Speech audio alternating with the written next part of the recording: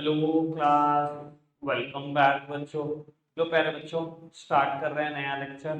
बेटा, एक छोटा सा पोर्शन केस स्टडी का रहता है, अभी तुरंत खत्म कर रहे हैं। उसके बाद बेटा चैप्टर नंबर 2 स्टार्ट कर देंगे आज और अभी। ठीक है जी। चैप्टर नंबर 2 टाइम टेकिंग है, सबको पता है, 10 से 12 लेक्चर लग जाते हैं इसको खत्म करने में। ठीक है ना जी। लेकिन बेटा चैप्टर नंबर 2 भी बहुत इजीली रिवाइज करेंगे, विद केस स्टडी करेंगे। चैप्टर 7 भी करेंगे, विद केस स्टडी करेंगे, आपके एग्जाम से पहले करेंगे। इतना तो मेरा टारगेट है ही है। कुछ और समय बचा तो कुछ और भी देखेंगे। ठीक है जी। चैप्टर नंबर 6 इस संडे को करा दूंगा, सारे बच्चे आएंगे चैप्टर नंबर 6 करने के लिए। ठीक है जी। हाँ जी सर, संडे को हम अपनी छुट्टी कॉम्प्रोमाइज कर रहे हैं, तुम्हें पता नहीं अभी भी दर्द है। चलो जी बाबू, मैंने केस स्टडी नंबर 7 और 8 कल छोड़ दी थी। पढ़ते हैं 7 और 8 पहले, उसके बाद एक आध केस स्टडी का मुझे और डिस्कशन करना है। आराम से पढ़ते हैं। कहता है identify and explain the different kinds of industries being discussed in above paragraph. ठीक है जी। डिफरेंट काइंड ऑफ इंडस्ट्रीज का डिस्कशन हुआ है, प्राइमरी सेकेंडरी या टर्शरी में से कोई आंसर होगा। कहता है state the category of types of industries to which the different kind of industries as identified in part A belongs to. बाबू मुझे ये भी बताना है, कहता है state the categories of types of industries. बेटा उन टाइप ऑफ इंडस्ट्री की कौन सी कैटेगरी है। बेटा अगर मैं कहूं पहले पार्ट का आंसर, अब मेरे को ये तो कंफर्म है कि टर्शरी इंडस्ट्री नहीं होगा, क्योंकि टर्शरी इंडस्ट्री को कभी भी फर्दर क्लासिफाई नहीं किया गया। आपको पता नहीं टेबल याद है क्या नहीं है। बेटा प्राइमरी इंडस्ट्री को फर्दर दो पार्ट में क्लासिफाई किया गया था, एक्सट्रैक्टिव और जेनेटिक। क्या होती है एक्सट्रैक्टिव इंडस्ट्री? बेटा जो नाम से समझ में आ रहा है बाबू, जिसका बिजनेस ही एक्सट्रैक्शन से था, एक्सट्रैक्शन ऑफ नेचुरल रिसोर्सेज से। और जेनेटिक क्या क्या थी?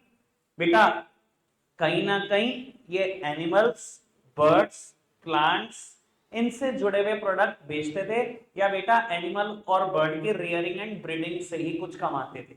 वो थी जेनेटिक इंडस्ट्रीज। ये तो प्राइमरी का क्लासिफिकेशन था। सेकेंडरी फर्दर क्लासिफाइड होती थी दो पार्ट में, मैन्युफैक्चरिंग और कंस्ट्रक्शन। और मैन्युफैक्चरिंग फर्दर चार पार्ट में क्लासिफाई होती थी, assembling, analytical, synthetical, further further further. ठीक है ना। टर्शरी का फर्दर क्लासिफिकेशन ही था। अब इसने मेरे से जब टाइप ऑफ इंडस्ट्री पूछी तो उससे उसकी फर्दर कैटेगरी भी पूछ ली, इसलिए मुझे कंफर्म हो गया टर्शरी तो आंसर है ही नहीं। ठीक है जी। अब एक बार मैं पढ़ना शुरू करता हूं, केस क्या है। बेटा शुरू की दो लाइन आप पढ़ना, फिर मैं पढ़ूंगा आपके साथ साथ।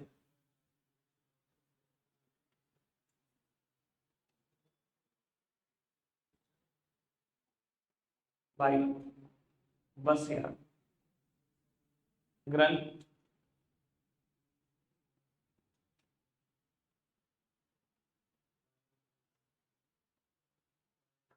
दो लाइन आपने पढ़ दी होगी, मैं यहां से पढ़ना शुरू करता हूं। By 2030 over 40% of the India's population will be urbanised and a number of working women is likely to double.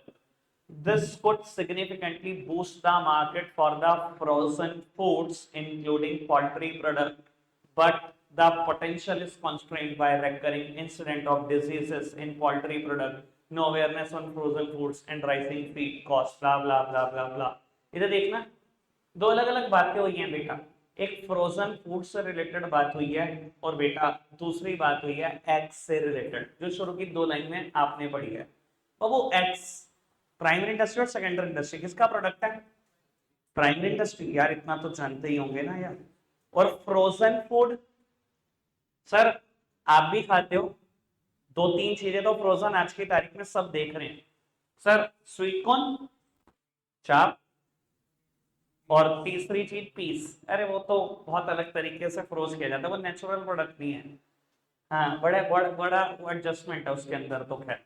वो तो बाबू एक स्वीट कॉर्न, एक चाप और एक पीस, सबसे ज्यादा ये तीन प्रोडक्ट आप देख रहे हो। सर मैंने एक बात बोली थी, सेकेंडरी इंडस्ट्री क्या करती है, प्राइमरी इंडस्ट्री के ही प्रोडक्ट को as a raw material use करती है, उससे एक नया प्रोडक्ट बनाने की कोशिश करती है। एक बात बताओ भाई, नेचर ने दे दिया स्वीट कॉर्न, नेचर ने तो कॉन्स दिया है, नेचर ने दे दिया आपको चाबियां, नेचर ने दे दिया बेटा आपको पीस, आपने क्या करा, आपको उसको फ्रोजन किया और उसकी लाइफ बढ़ाने की कोशिश करी। ये सेकेंडरी इंडस्ट्री तो है। एक्स प्राइमरी इंडस्ट्री में कवर हुए, फ्रोजन फूड सेकेंडरी में कवर हुआ, और मुझे फर्दर कैटेगरी भी बतानी है। एक बात बताओ, एक्स एक्सट्रैक्टिव और जेनेटिक, एक्सट्रैक्टिव तो हो ही नहीं सकते भाई, तो जमीन से एक्सट्रैक्शन किया है। जेनेटिक सेकेंडरी में मैन्युफैक्चरिंग और कंस्ट्रक्शन, ये कंस्ट्रक्शन है, डैम बना रहे हो क्या? फ्रोजन फूड क्या है? मैन्युफैक्चरिंग। आंसर आ गए। फ्रोजन फूड से रिलेटेड एक एक्स्ट्रा बात बता देता हूँ। मेरे क्लाइंट है, फ्रोजन फूड में काम करते हैं, अच्छा खासा काम करते हैं। गवर्नमेंट की एक सब्सिडी है, आपको आइडिया हो कि नहीं हो, सरकार इस टाइम पे एक चीज बहुत प्रमोट कर रही है। आप देखते हो नेचुरल कैलामिटीज कितनी बढ़ती जा रही है, एक के बाद एक। वो जिस साल भी नेचुरल कैलामिटी बहुत भारी भरकम आएगी ना, उस साल खाने पीने के भी बहुत लाले पड़ेंगे और अलग अलग देशों में पड़ेंगे। इस time government of India frozen food को इतना प्रमोट कर रही है कि गवर्नमेंट का प्लान है, और इस टाइम पर एक सब्सिडी चल रही है कि आप पूरा प्लांट लगाओ फ्रोजन फूड का, पूरा प्लांट 10 CR के आसपास कॉस्ट आएगी, 100% सब्सिडी। पर गवर्नमेंट से लेने में बेटा 6 महीने से 1 साल लग जाता है। यानी कि आपने 10 करोड़ खर्चे, बाबू आप अप्लाई करो सब्सिडी के लिए, गवर्नमेंट पूरे 10 करोड़ वापस करेगी, पूरे 10 करोड़, 100% सब्सिडी। मेरे क्लाइंट लगा रहे हैं अभी।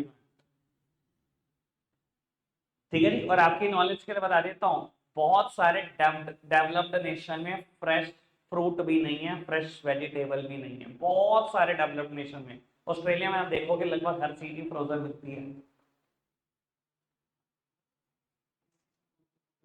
किसी भी चीज, कुछ भी, कुछ भी फ्रीज करो, शेल्फ लाइफ बढ़ाओ प्रोडक्ट की। ठीक है जी, आगे बढ़ सकते हैं बेटा।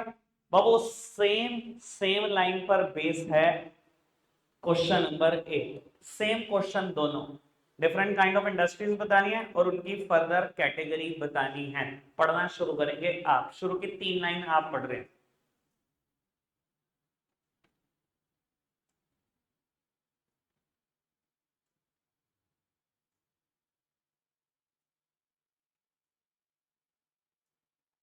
सर, जब तक मिल्क प्रोड्यूसर की बात है, प्राइमरी और सेकेंडरी इंडस्ट्री, प्राइमरी एक्सट्रैक्टिव और जेनेटिक, जेनेटिक सर। उसके बाद आप सेटअप कर रहे हो अ चीज प्रोड्यूसिंग यूनिट इन हरियाणा। भाई, चीज प्रोड्यूसिंग यूनिट क्या करती है सेकेंडरी इंडस्ट्री? प्राइमरी के ही रॉ, प्राइमरी के ही फिनिश गुड्स को एज अ रॉ मटेरियल लेती है, उनसे एक नया प्रोडक्ट बना देती है। मिल्क आपने लिया, चीज बनाया, बेच दिया, आप सेकेंडरी में हो क्या नहीं हो जब चीज मैन्युफैक्चरिंग प्लांट सेटअप कर रहे हो?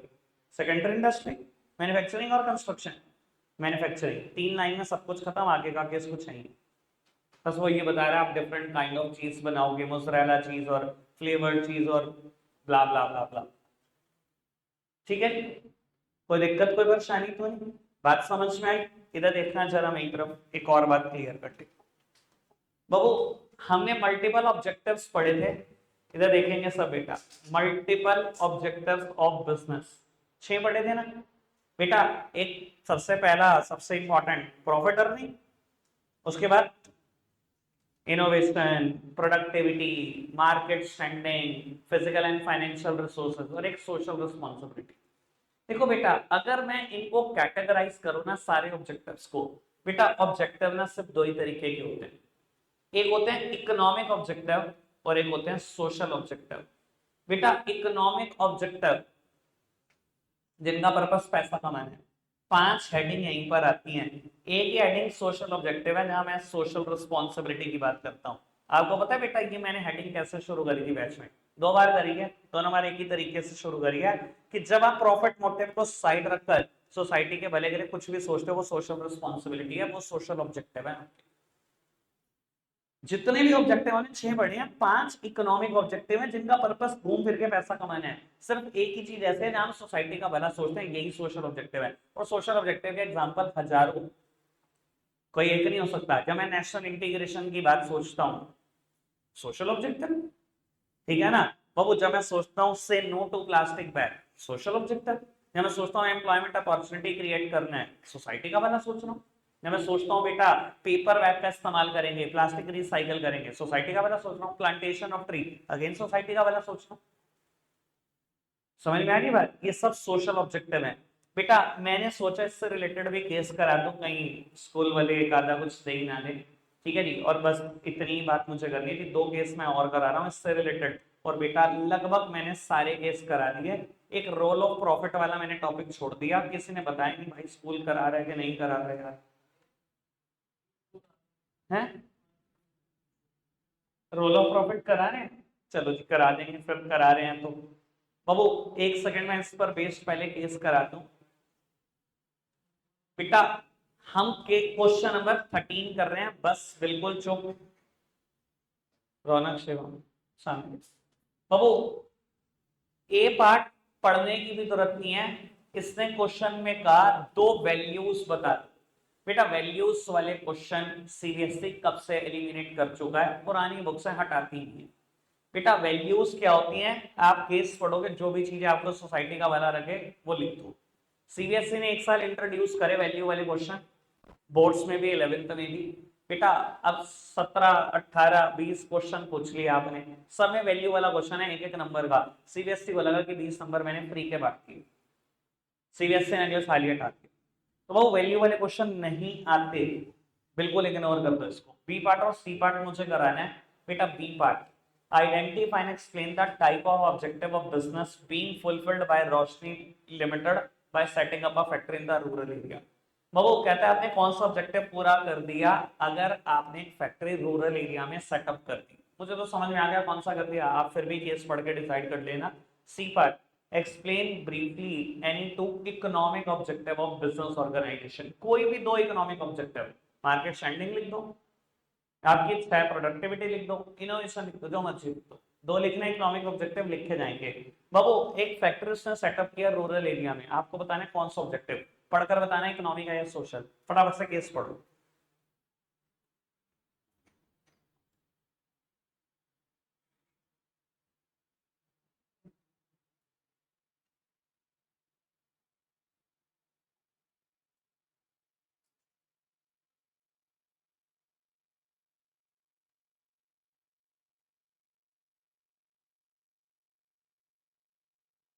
सर इकोनॉमिक और सोशल, सोशल। उसने देखा कि रूरल एरिया में ढंग से कोई रिलायबल सोर्स नहीं है पावर सप्लाई का, चलो जी हम इलेक्ट्रिसिटी प्रोवाइड कर देंगे रूरल एरिया के लोगों को, सोसाइटी का भला सोच रहे हैं रोशनी लिमिटेड, ठीक है जी। Social objective simple. बाबू लास्ट केस, क्वेश्चन भी आप सॉल्यूशन भी आप, फटाफट से। रिक्वायरमेंट पढ़ो पहले, पहले रिक्वायरमेंट, केस बाद में, पहले रिक्वायरमेंट।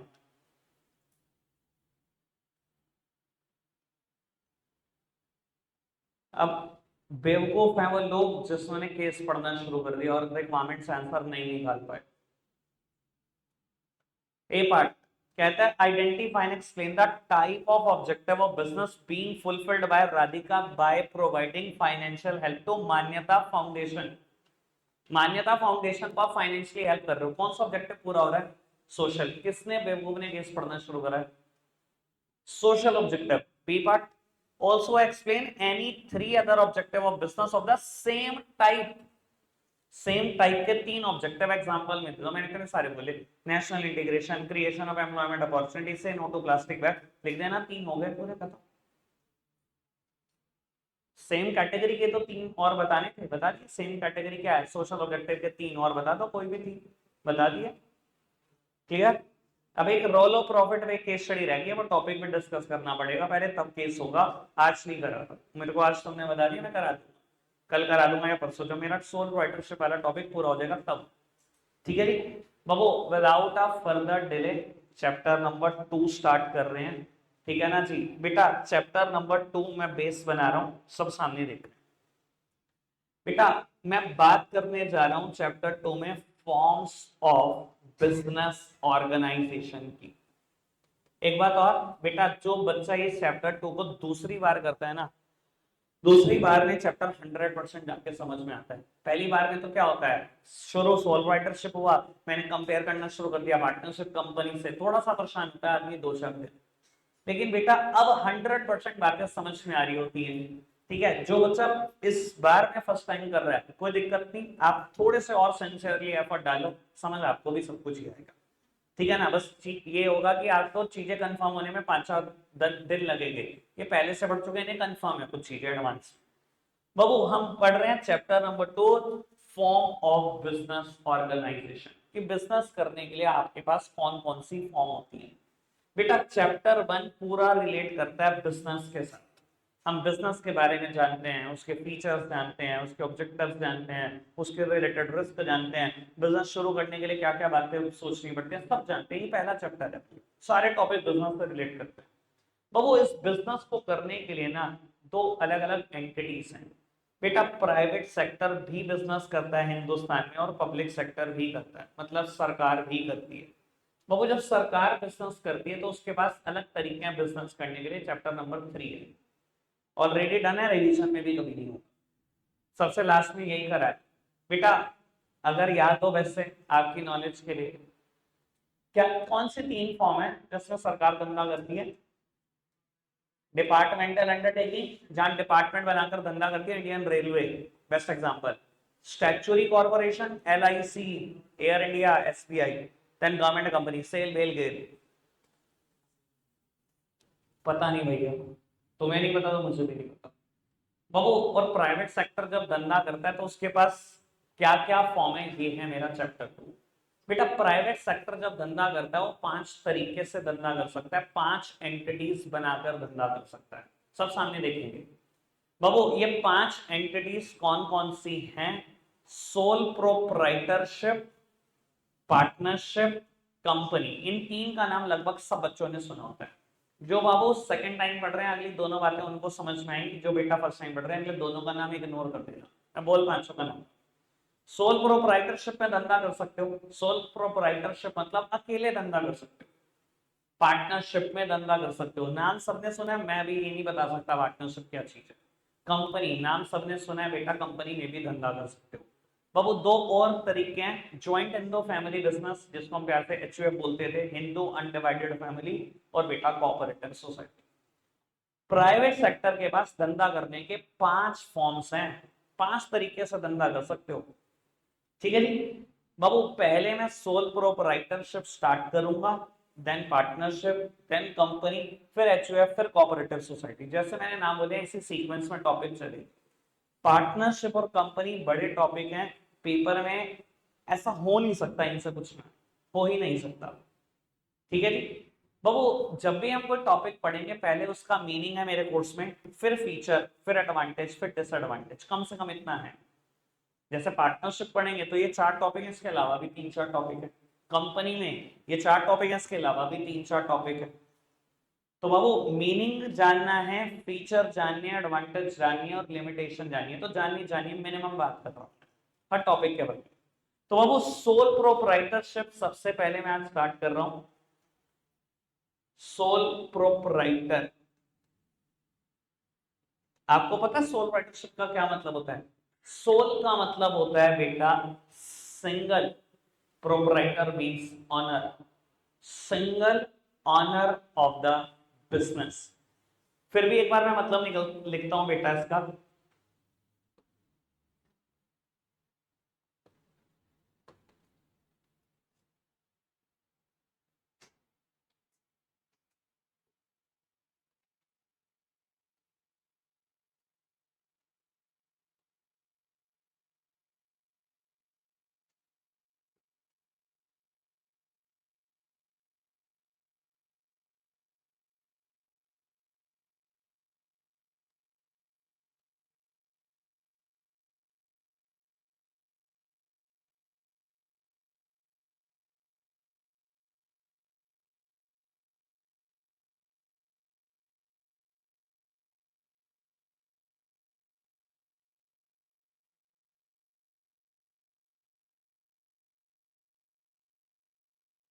तो सामने देखना सब, तो मीनिंग याद आया होगा बहुत सारे बच्चों को। Sole proprietorship refers to the form of business organization which is owned, managed and controlled by a single person who is the recipient of all profit and the bearer of all risk.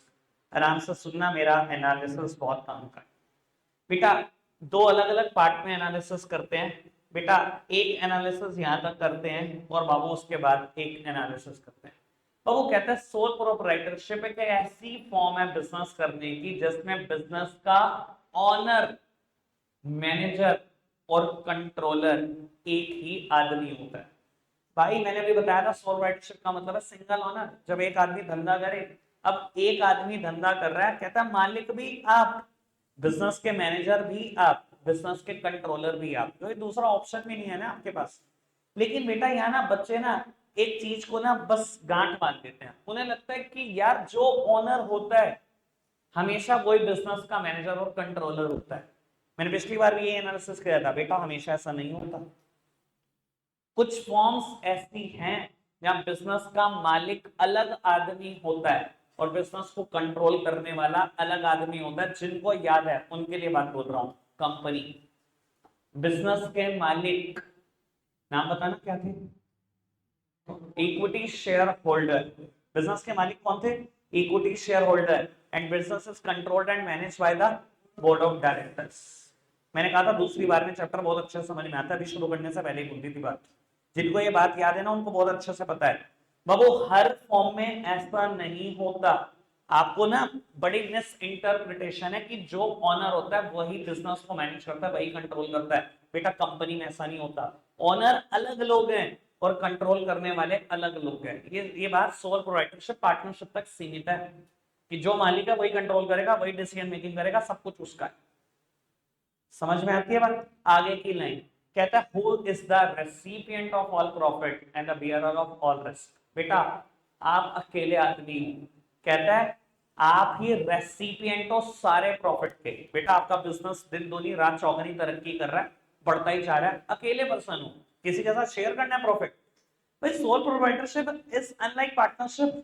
यहाँ profit को बांटने के लिए बेटा लोग आ जाते हैं, या लॉस को भी बांटने के लिए लोग हैं। सर आप पार्टनरशिप में धंधा करो, 3 पार्टनर हो, 6 लाख का लॉस हो गया, तीनों बराबर पार्टनर हो, 2-2 लाख बांटोगे। लेकिन बेटा आप सोल राइटरशिप में धंधा कर रहे हो और भगवान ना करे लॉस हो जाए, क्या you are the recipient of all profit, you are the bearer of all risk. सारा बिजनेस का प्रॉफिट आपका, बेटा सारे लॉसेस भी आपके। पार्टनरशिप में लॉस बांटने के लिए भी लोग हैं, प्रॉफिट बांटने के लिए भी लोग हैं, लेकिन सोल राइटरशिप में बांटने के लिए कोई नहीं है। मीनिंग क्लियर है? सिंपल बात। बाबू पहला फीचर पढ़ने जा रहे हैं, फीचर की हेडिंग है फॉर्मेशन एंड क्लोजर। फीचर की हेडिंग है फॉर्मेशन एंड क्लोजर। इधर देखना सब, मतलब क्या है? मतलब है सोल प्रोप्राइटरशिप कैसे शुरू होती है, सोल राइटरशिप कैसे खत्म होती है। इधर देखना बेटा। बाबू देखो 4 फॉर्म्स जो सोल राइटरशिप के बाद मैंने बोली, पार्टनरशिप, कंपनी, एचयूएफ और कोऑपरेटिव सोसाइटी, चारों के ऊपर एक एक कानून है। पार्टनरशिप के ऊपर कानून लगता है, नाम है जिनको याद है इंडियन पार्टनरशिप एक्ट 1932। कंपनी के ऊपर कानून लगता है companies act 2013, Hindu succession act 1956, cooperative society act 1912। चारों के ऊपर कानून लगता है, बट बेटा सोल प्रोप्राइटरशिप के ऊपर कोई कानून लगता ही नहीं। सुन लो, कोई कानून ही नहीं लगता। देखो अगर मैं कहूं पार्टनरशिप के ऊपर कानून लगता है, बेटा कानून की किताबें इतनी मोटी, आप पढ़ने शुरू करोगे कोई ना कोई फॉर्मेलिटी तो लिखी होगी ना। इतना मोटा कानून बनाया, कोई तो बात लिखी होगी ना पार्टनरशिप से रिलेटेड। जब सोल राइटरशिप के ऊपर कोई कानून लगता तो फॉर्मेलिटी कैसी? मैं बोलता हूं बेटा काम की बात, hardly any legal formality is required to start a sole proprietorship business. क्या बोला मैंने? Hardly any legal formality is required. शायद कोई भी लीगल फॉर्मेलिटी चाहिए ही नहीं सोल राइटरशिप को शुरू करने के लिए। बेटा दुकान का शटर उठा दो, आपको लगता है ना कल से मुझे एक धंधा करना है किसी भी चीज का, मैं चाहता हूं बेटा ये पैनल बेचूं, इलेक्ट्रिसिटी के ये पैनल है ना, ये बेचना चाहता हूं। बेटा दुकान का शटर उठाओ, अंदर पैनल रखो, बेचने शुरू कर दो, कोई फॉर्मेलिटी नहीं आपके ऊपर जो आपको चाहिए पूरी करनी। Hardly any legal formality is required. जब कानून नहीं लगता था, जब कानून ही नहीं है तो कानून में फॉर्मेलिटी लिखी होती, कानून ही नहीं है तो फॉर्मेलिटी किस बात की? कहता है hardly any legal formalities required to start up a business in sole proprietorship, though in some cases one may require licence. कहता है लेकिन कुछ कुछ केस में लाइसेंस की जरूरत पड़ती है। ये कुछ कुछ केस कौन से? बेटा कई बार ना एक सोल प्रोप्राइटर ऐसा बिजनेस चूज कर लेता है जो सेंसिटिव है या नेशनल सिक्योरिटी के लिए ठीक नहीं है, तो सरकार कहती है ऐसा बिजनेस करोगे तो लाइसेंस लेना पड़ेगा। इंडिया में 6 बिजनेस हैं। बाबू आपको मुझे लिकर का धंधा करना है, लाइसेंस चाहिए भाई। चाहे सोल प्रोप्राइटरशिप में करना है, आपको जी मुझे सिगरेट बेचनी है, बेटा लाइसेंस चाहिए। आपको जी ड्रग्स एंड फार्मा मतलब मेडिसिन वाला सेक्टर है हमारा, भाई ड्रग्स का मतलब वही नहीं होता। मैंने ड्रग्स बोला, बता आप खुश हो गए। बाबू ड्रग्स एंड फार्मा मतलब हमारा मेडिसिन वाला सेक्टर, उसके लिए बाबू लाइसेंस चाहिए। आपको जी मुझे तो आर्म्स बेचने हैं, हथियार, बाबू लाइसेंस चाहिए। आप सोल प्रोप्राइटरशिप में 6 धंधे छोड़कर दुनिया का कोई धंधा कर लो, कुछ नहीं चाहिए। लेकिन सोल प्रोप्राइटरशिप में अगर ये 6 धंधे करोगे तो बाबू उसके लिए लाइसेंस चाहिए ही चाहिए। समझ में आ रही है बात? तो बाबू मैंने 3-4 लाइनें बोली अभी तक, मैं तीनों चारों लाइनों को क्लब कर रहा हूं, सुनना। पहली लाइन मैंने बोली there is no separate law that govern the sole proprietorship. जो बातें मैंने हिंदी में बोली उसको इंग्लिश में कन्वर्ट करना है। कहता है सोल प्रोप्राइटरशिप पे कोई कानून नहीं लगता। पहली line, hardly any legal formalities required to start up a business in sole proprietorship. बेटा शायद ही कोई लीगल फॉर्मेलिटी चाहिए बिजनेस को शुरू करने के लिए सोल प्रोप्राइटरशिप में, दो in some cases one may require licence. ज्यादा से ज्यादा बेटा आपसे लाइसेंस मांगा जा सकता है अगर आप कोई सेंसिटिव सा बिजनेस कर रहे हो तो। हो गया बिजनेस शुरू। बाबू क्लोजर बंद, बेटा क्लोजर उतना ही आसान है जितना फॉर्मेशन।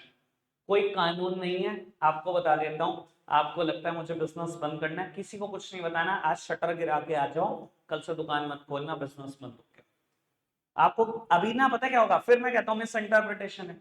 आप आधों से ज्यादा को पता क्या लग रहा होगा, हर धंधे में ऐसा होता है, शटर बंद कर दो, कल मत उठाओ, बंद हो गया। कंपनी में बेटा ऐसा नहीं होता। कंपनी बंद कराने के लिए 6 महीने लगते हैं, हाई कोर्ट की अप्रूवल चाहिए होती है। कंपनी ऐसे बंद नहीं होती शटर बंद करा कंपनी बंद हो गई। स्पेशली हायर करना पड़ता है लॉयर या कंपनी सेक्रेटरी, जिसको अप्रूवल लेने में 6 महीने लग जाते हैं कंपनी बंद कराने के लिए। कंपनी खोलना आसान है, बंद करनी बहुत मुश्किल है।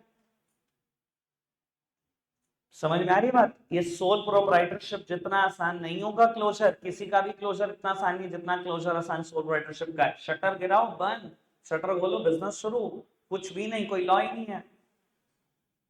समझ में आता है फॉर्मेशन एंड क्लोजर? पक्का से हेडिंग क्लियर है? आगे बढ़ सकते हैं। नए बच्चे स्पेशली मुझे बताओ, मेहुल सुजल बात क्लियर? गर्व बात क्लियर? और कोई है? नहीं, ठीक है जी, डन। आगे बढ़े बाबू, सेकंड हेडिंग का डिस्कशन करते हैं। हर्षित भाई बर्दाश्त नहीं होगा आपसे, मैं मेरे को ना खुद हाथ उठाते हुए डर लगता है। मैंने क्या किया, चल मेहुल बता देगा तेरे को थोड़ी देर बाद क्या किया। अभी 5-7 मिनट पहले ना तू पूरी तरीके से एंगेज था रौनक के साथ बातों में। मेरा मन तो हुआ कि छोड़ो माइक और लगा दो, समय नहीं है भाई चुप कराने का। जितनी सिंसियरिटी से मैं पढ़ा रहा हूँ ना दूसरी बारी में, उतनी सिंसियरिटी से पहले पढ़ना सीख। मुझे लगता है तुम्हारा तो पढ़ने पढ़ने में फिर भी इंटरेस्ट होना चाहिए, क्योंकि पहली बार तुमने पढ़ा कुछ भी नहीं तुम। चलो जी, सब सामने देख रहे हैं बेटा। मैं एक सेकंड फीचर पर डिस्कशन स्टार्ट कर रहा हूं। फीचर का नाम है बेटा लाइबिलिटी। बाबू जब भी ये फीचर आएगा आपको दो में से एक बात डिसाइड करनी पड़ेगी। बता देता हूं, पांचों फॉर्म्स में ये हेडिंग कॉमन है, सब जगह पे आएगी हेडिंग लाइबिलिटी। लाइबिलिटी सबको पता है आएगी। जब भी ये हेडिंग आएगी आपको डिसाइड करना होगा whether the liability is limited और द लाइबिलिटी इज अनलिमिटेड। ये डिसाइड करना होगा, और इनका मतलब क्या मैं भी बता। पहली बात तो ये बता देता हूं, सोल प्रोप्राइटरशिप में लाइबिलिटी इज अनलिमिटेड। अनलिमिटेड का मतलब क्या होता है और लिमिटेड का भी मैं दोनों के मतलब अभी बता। ठीक है जी बेटा, मान लो सोल प्रोप्राइटरशिप में किसी ने बिजनेस शुरू करा, बिजनेस में एसेट्स डाली 50 लाख की। ठीक है जी बाबू, 5 साल 6 साल धंधा करा, बिजनेस में कर्जे भी लिए उसने कुछ, कुछ क्रेडिटर से, कुछ बैंक लोन करते करते बेटा कर्जे चढ़ा कर बैठे 60 लाख। ठीक है जी, कर देते हैं, बहुत सारे बिजनेस के साथ होता है, लॉसेस हो रहे हैं, कर्जा लेके धंधा चलाई जा रहे हैं, चलाई जा रहे हैं, और अल्टीमेटली बेटा लॉसेस एक्सीड कर गए बेटा आपकी एसेट्स। ठीक है जी। बाबू आपके पास आपकी कुछ पर्सनल एसेट्स भी हैं। देखो बिजनेस एसेट्स में क्या आ गया, बिजनेस की दुकान आ गई, बिजनेस की में अगर कोई फैक्ट्री है वो हो गई, प्लांट एंड मशीन है वो आ गया, फर्नीचर फिटिंग है वो आ गया, बिजनेस के गुड्स आ गए, ये सब बिजनेस एसेट्स है। पर्सनल एसेट्स क्या है, आपके नाम घर, घर में आपके पास personal car, personal two wheeler, TV, fridge, utensils, crockery, clothes, ये सब बाबू आपकी पर्सनल एसेट्स। बाबू आपके पास पर्सनल एसेट्स भी हैं 20 लाख रुपए। ठीक है जी बेटा, ये आपके क्रेडिटर्स, आपके बिजनेस के सप्लायर्स, बैंक्स, ये सब पहुंच गए बेटा कोर्ट कि कोर्ट पैसे दिलवाओ, हमारे पैसे नहीं दे रहा 100 रुपए। क्या कहेगी कोर्ट, ये बताओ सबसे पहला था बाबू, कोर्ट कहेगी कि आप अपनी बिजनेस एसेट्स बेचो, पहले इनके पैसे उतारो। ठीक है बाबू, कोर्ट ने बिजनेस एसेट्स बिकवा दी और बेटा 50 लाख का कर्जा हो गया खत्म, पर अभी भी 10 लाख का कर्जा है, अब क्या करूं उसका। बेटा कोर्ट पता है क्या कहेगी, पर्सनल एसेट्स में से 10 लाख खुद ब खुद दे दो, जो आपको बेचना है वो बेच के 10 लाख दे दो। अगर आपको लगता है कि नहीं तो फिर हम बिकवाएंगे कोई भी पर्सनल एसेट, इनके 10 लाख तो देने ही देने। देखो ध्यान रखना, अगर आपकी पर्सनल एसेट पे आज आ रही है तो इसका मतलब है आपकी लाइबिलिटी है अनलिमिटेड। अगर आज सिर्फ बिजनेस एसेट्स पे आए, पर्सनल एसेट को कोई छू भी ना पाए, तो समझ लेना आपकी लाइबिलिटी है लिमिटेड। लेकिन मैंने क्या बताया था, सोल प्रोप्राइटरशिप में लाइबिलिटी कैसी है, अनलिमिटेड। अनलिमिटेड मतलब पर्सनल एसेट बिक सकती है कि नहीं, बिक सकती है। अब आप सेम बात को मुझे इंग्लिश में कन्वर्ट करना है, लिखना तो इसको इंग्लिश में है, in case business assets are not sufficient to meet the business liability, then sole proprietor's personal asset could also be sold. बाबू अगर आपकी बिजनेस एसेट्स इतनी नहीं है कि बिजनेस लायबिलिटी को पूरा चुकता पाए, बेटा उस केस में सोल प्रोप्राइटर की पर्सनल एसेट्स भी बेची जा सकती हैं। समझ में आएगा, कोई दिक्कत कोई परेशानी तो नहीं बाबू, लेकिन हमें जनरल जानना होता है, हमें तो एक्सेप्शनल जानना होता है। जनरल तो बात हम सोचते हैं ना, पर्सनल एसेट कितने की है, 5 लाख, देना कितना है 10 लाख। अब क्या होगा इस सिचुएशन, कोर्ट ने कहा बिजनेस एसेट बेच दो, बेच दी, अभी भी 10 लाख रहेगा। कोर्ट ने कहा पर्सनल एसेट बेच दो, बेच दी, अभी भी रह गया 5 लाख। कोर्ट ने कहा एक आंख दे दो 5 लाख की, है यार वेदांश कह रहा ऐसा थोड़ी होगा, चमड़ी दे दो फिर, एक किडनी दे दो, और क्या। बाबू सुनो जी, देखो कोर्ट ऐसा कोई फैसला नहीं लेगी जो इनह्यूमन हो। कोर्ट ये नहीं कह सकती 5 लाख के बदले में कि अपना कोई ऑर्गन दे दो। बेटा कोर्ट कहेगी इंसॉल्वेंट डिक्लेयर हो जाओ, दिवालिया डिक्लेयर हो जाओ। इंसॉल्वेंसी उस पोजीशन को बोलते हैं बेटा जब आपके ऊपर कर्जा इतना हो जाए और आप दे नहीं पा रहे हो, इसको हम हिंदी भाषा में बेटा कंगाल बोलते हैं, कि आदमी कंगाल हो गया या दिवालिया हो गया। बाबू देखो जितना प्रकाश भाई वो क्या है ये बाबू, देखो जितना सुनना आसान है ना कि डिक्लेयर हो तो दिवालिया, भाई it is a matter of serious disrepute, उतना करवाना मुश्किल है अपने आप को इंसॉल्वेंट डिक्लेयर। आप कोर्ट में तो कह दोगे बड़ी टेस्ट में आके कि कोर्ट कोई नहीं मुझे इंसॉल्वेंट डिक्लेयर कर दो, भाई कोर्ट पता है क्या कहती है, एक मैटर देती है आपको कि मेरा नाम ये है, मेरे घर का पता ये है, मेरी दुकान का पता ये है, मैं कंगाल हो चुका हूँ, दिवालिया हो चुका हूँ, मुझे कोई लोन ना दे, कोई कर्जा ना दे, ऐसा मैटर लिखा होता है। और जिस जगह पर आप रहते हो उस शहर के बेटा कम से कम 2 न्यूज़पेपर में उसको पब्लिश कराना होता है अपनी फोटो के साथ। ऐसे होता है इंसान insolvent declare. It is a matter of serious disrepute, reputation बिल्कुल खत्म कर देते हैं बेटा इंसॉल्वेंसी। बाबू एक बार आपने ऐसा कर दिया तो आप इंसॉल्वेंट डिक्लेयर हो गए, उसके बाद आपके ऊपर से 5 लाख का बचा हुआ खर्चा खत्म हो गया। 10 लाख देने थे, 5 लाख की पर्सनल एसेट बिकी, 5 लाख और है ही नहीं देने को, आप इंसॉल्वेंट डिक्लेयर हो गए, उसके बाद 5 लाख का कर्जा बिल्कुल खत्म, बिल्कुल खत्म। समझ में आई बात? पर ये वाली बात क्या एनसीईआरटी में है? नहीं, एनसीईआरटी का किसी प्राइवेट ऑथर में भी नहीं है। मैंने तो इससे और अगली भी बात बताई थी पिछली बार, पर मुझे नहीं लगता वो समय है कि मैं आपको वो बात बताऊं। वो प्लानिंग की बात थी कुछ, हाँ कुछ याद आया होगा ना? हाँ ये कह रहा मैंने नहीं पढ़ा। मैं क्या करूँ भाई, उस पर और 10 मिनट लगेंगे अभी। चलो कल देखेंगे उसको, आज रहने देते हैं। ठीक है जी, रख रहे हैं हम, आज के लिए इतना ही है। Bye bye.